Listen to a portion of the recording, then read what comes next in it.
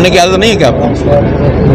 जो पत्रकार प्रश्न करे वो सुनने की आदत साथ लेके आए, ठीक है?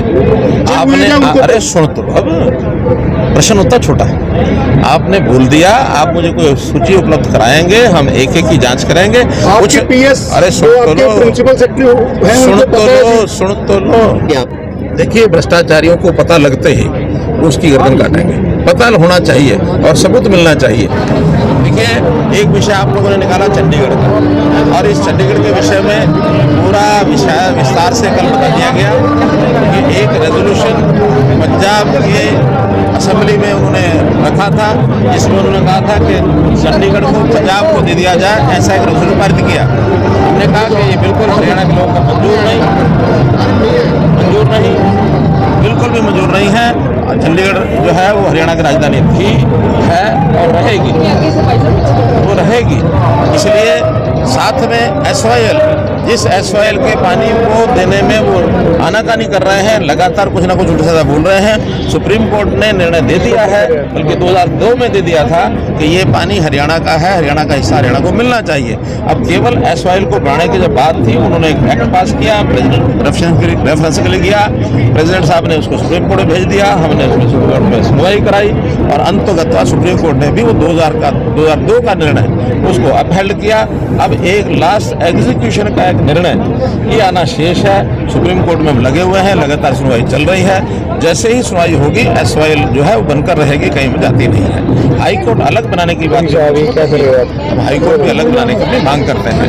अब विषय रह गया, आपने कहा महंगाई का। देखिए, महंगाई ये ठीक है कि पेट्रोलियम पदार्थों में कुछ महंगाई हुई है और अपेक्षा से अधिक हुई है, लेकिन पेट्रोलियम पदार्थों की महंगाई कोई हमारे अपने हाथ में नहीं है, ना स्टेट के हाथ में है, ना कंट्री के हाथ में है। हमारे हाथ में तो इतना ही होता है, जब पहले महंगाई ज़्यादा हुई थी हमने अपनी वैट की दरें ये कम कर दी थी, और वैट की दरें कम करने के बाद उसमें एक 10 रुपये 12 रुपये का लाभ मिला था। लेकिन फिर से क्रूड ऑयल इंटरनेशनल लेवल पर बढ़ रहा है, उसमें चीज़ें आगे बढ़ रही हैं। हम अल्टरनेटिव के तौर पर इथेनॉल की प्रोडक्शन बढ़ा रहे हैं। अभी हमारे नितिन गडकरी जी ने प्रयोग किया ग्रीन हाइड्रोजन का, उन्होंने अपनी गाड़ी चलाई है ग्रीन हाइड्रोजन, मैं भी खुद उसमें ट्रायल मैंने लिया है, तो उस ओर भी आगे बढ़ रहे हैं, यानी ई व्हीकल्स की ओर आगे बढ़ रहे हैं। इस ईंधन का, फ्यूल का अल्टरनेटिव क्या हो, कई प्रकार के इसमें विषय चले हैं, उस पर हम आगे आएंगे।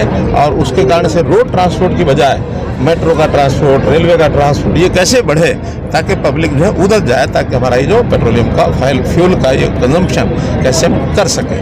आपने अरे सुन तो अब प्रश्न उतना छोटा है, आपने बोल दिया आप मुझे कोई सूची उपलब्ध कराएंगे, हम एक एक की जांच करेंगे। कुछ अरे सुन